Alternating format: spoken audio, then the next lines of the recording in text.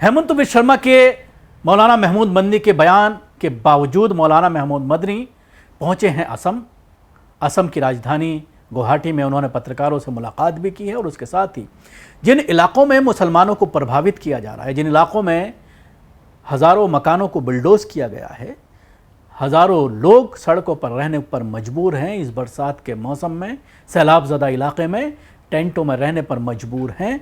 मौलाना वहाँ पर पहुँचे और प्रभावित इलाकों का उन्होंने दौरा किया है और पीड़ित परिवारों से उन्होंने मुलाकात की है। देखिए कुछ वीडियो किस तरह से मौलाना ग्राउंड पर पहुँचे हैं, जाकर के उन्होंने एक एक जगह पर जाकर के उसका मुआयना किया है, क्योंकि न सिर्फ मौलाना वहाँ पर पहुँचे हैं बल्कि अब जमीयत उलमा हिंद की पूरी टीम दल बल के साथ मौलाना वहाँ पहुँचे। तमाम रिकॉर्ड्स बनाए गए हैं, वीडियो फुटेज कलेक्ट की गई है, लोगों से बातचीत की गई है और उसके बाद आगे कानूनी कार्रवाई जिस तरह से पहले से ही चल रही है उसके लिए बहुत सारे एविडेंस, बहुत सारे सबूत, बहुत सारी चीज़ें मौलाना और उनकी टीम के ज़रिए इकट्ठा की गई हैं।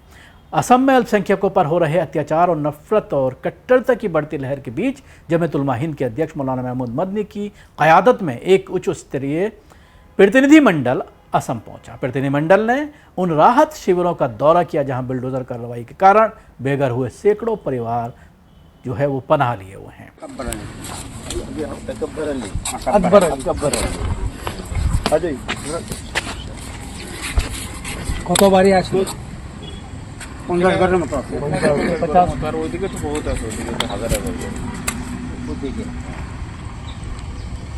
तो अभी आप लोग यहीं रह रहे हो?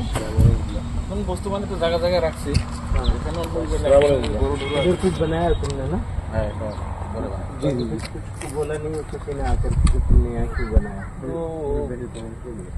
মন্ডল যে আছে মন্ডল সাইড কয়ে আছে যে ঘর উঠে না ওটা খাইতে ফেরা ভাই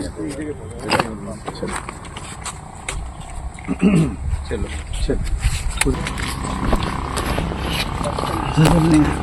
अच्छा नवाना नवेल था नाम वगैरह से मालूम कर लीजिए। नाम क्या था बाबू? मैं उसे लिख लीजिए। एक आदमी का नाम असल में जगह का नाम मालूम होना चाहिए। इस एरिया का क्या नाम है? एरिया है, इस गाँव को क्या कहते हैं? बेतबाड़ी। प्रतिनिधिमंडल ने अब तक लगभग 300 किलोमीटर की यात्रा पूरी करते हुए कई प्रभावित इलाकों का दौरा किया और पीड़ित परिवारों से मुलाकात की। मौलाना मदनी ने ख़ास तौर पर बेतबारी कैंप में लोगों से विस्तार से बातचीत की और उनकी तकलीफ़ें सुनी। मौलाना मदनी ने इस मौके पर कहा कि हमारी लड़ाई अतिक्रमण हटाने के खिलाफ नहीं बल्कि न्यायपालिका के आदेशों को नज़रअंदाज करके लोगों को बेघर करना और कानून की जगह डर, धमकी और ताकत का इस्तेमाल करना इंसाफ और इंसानियत दोनों के खिलाफ है। जमीयत उलमा हिंद हमेशा से मजलूमों के साथ खड़ी रही है और आगे भी खड़ी रहेगी। इसके लिए हम फांसी के फंदे तक का सामना करने के लिए तैयार हैं। यही हमारे बुज़ुर्गों की रोशन और प्रेरणादायक परंपरा रही है। तो मौलाना ने एक साहसी कदम उठाया, वहाँ पर पहुँचे अपनी टीम के साथ।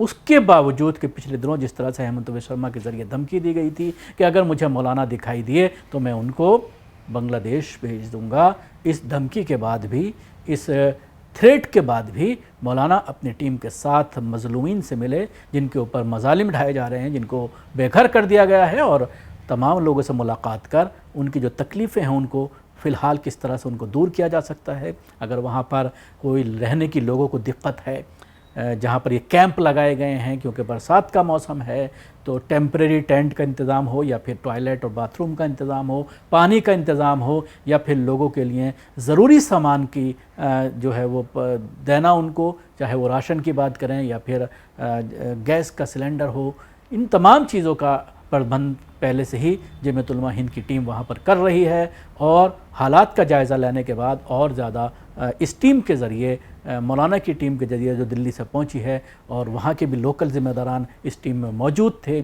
और इसको किस तरह से प्रभावी तरीके से लोगों तक राहत पहुँचाई जा सके उस पर बातचीत हुई और लोगों को राहत पहुँचाने के निर्देश दिए गए।